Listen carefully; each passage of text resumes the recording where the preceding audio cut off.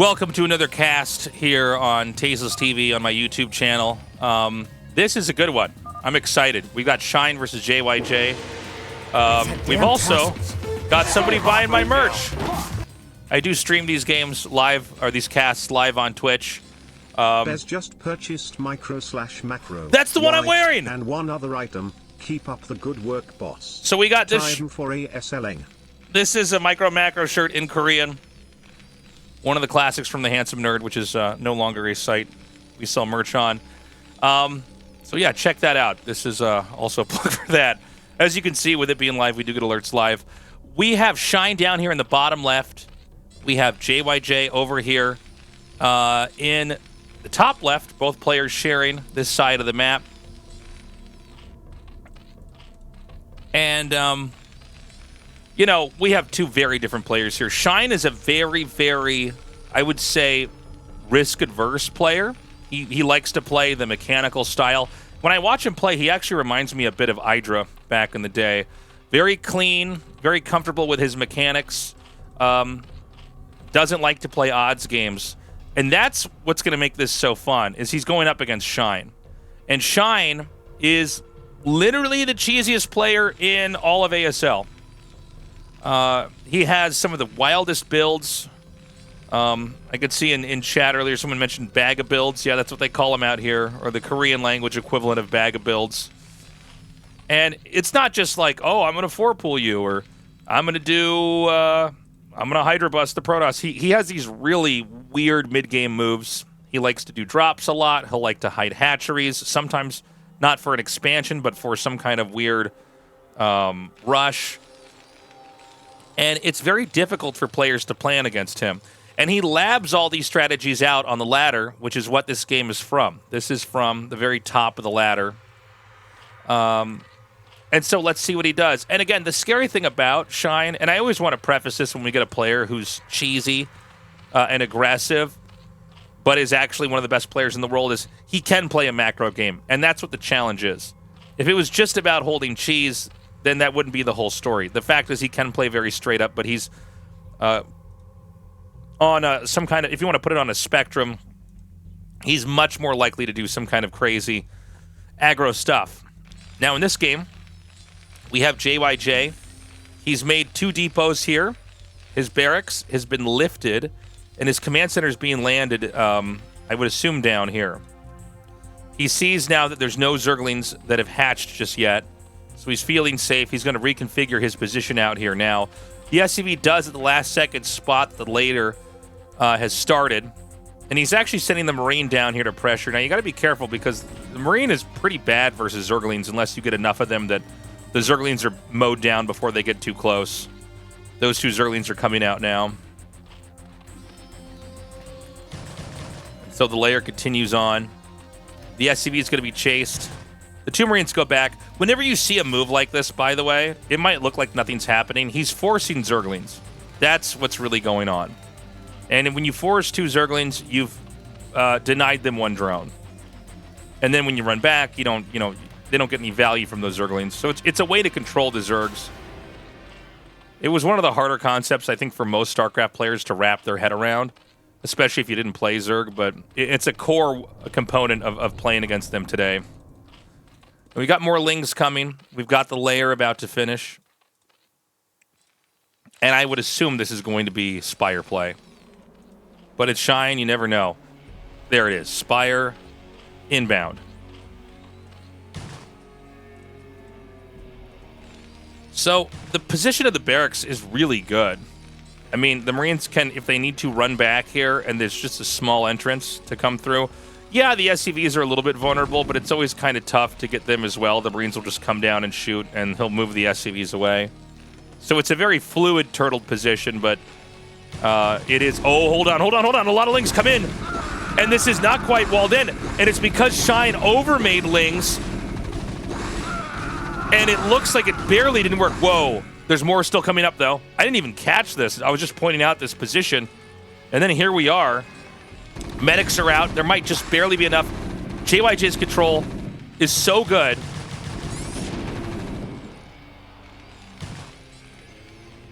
And the SCVs, I mean, this isn't ideal. You can see them Medic is kind of stuck on the SCVs here.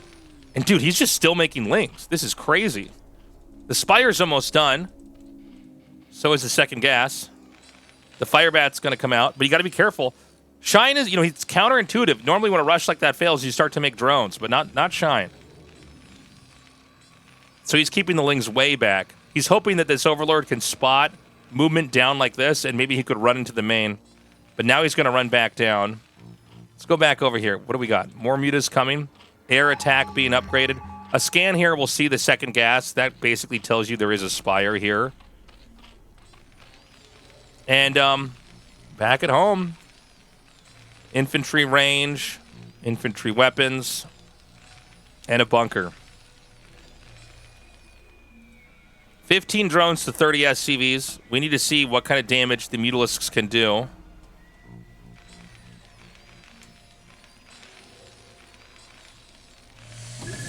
And so the turrets just chase him out.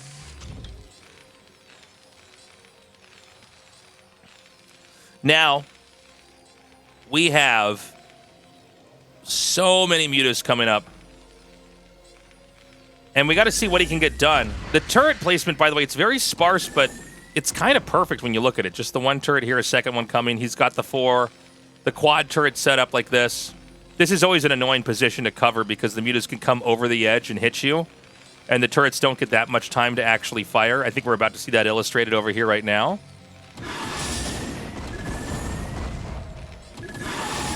All right, so he drops 1. When you get up to 6 Mutalisks, you can one-shot SCVs. It's really annoying to deal with. These are all clumped up on an Overlord. I think it's this one here. You put one Overlord in the control group. I'm sure most of you know this, but for the newbies, because it'll make the mutas bunch together. If an Overlord's on one side of the map and the mutas are on the other, the mutas stack really heavily because the pathing in the game wants them to all be at least somewhat close together if they're on the same control group. And so you end up with a mutaball, is what I call them with Artosis. And it's really dangerous because it's, the damage oftentimes is pretty evenly dispersed through the Mutalisks.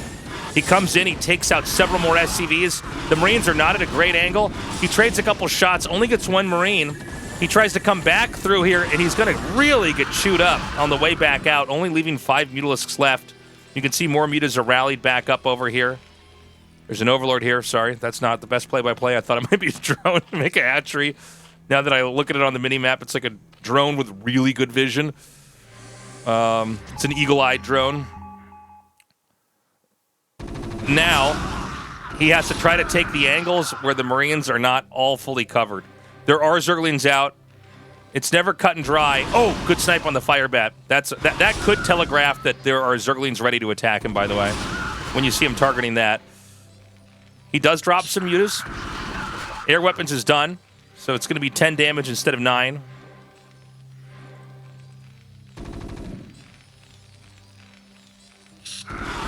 Okay, he's really thinned these numbers out. JyJ having a bit of a tough time. The Lings are going to come up now. And, I mean, oh my god, the Lings run into the main. That way they can get the turret. Sometimes Terrans lose the game because they can't control this area over their barracks. And when the Marine count gets low enough, that's sort of the end of the game. Shine has actually come in here now. And look, the only thing that can fight this right now is Marines. There are 2 Marines on the map right now. There's plenty more mutas being made. As the Marines come out, the mutas gun them down.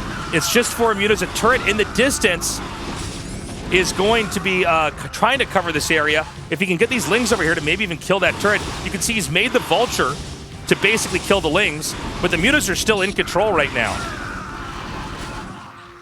I mean, this is so bad for JyJ. By the way, Shine is not developed at all back here. He doesn't have a den.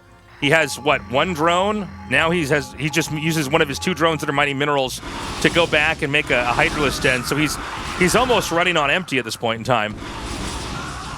But I don't know if JyJ can actually recover from this. He's about to lose 1 barracks. The glaives, by the way, you can see how brutal it is. As it chains the damage together to where everything just begins to crumble. The Valkyrie's out. He's got to keep this Valkyrie at a good distance. The Lings come in, though, and get the Vulture! Oh, he's going to try to Get the shots off. The Mutas flee, but then he dives back on. Oh my god. Okay, the Valkyrie, it's at a little bit under half HP. Another dive in here, and it's still alive. Oh. There's only 3 Mutas left. Now here's the thing, there's 33 SCVs. Terran is not dead. In fact, it's Zerg that barely has a functioning economy. Shine may just dry up here.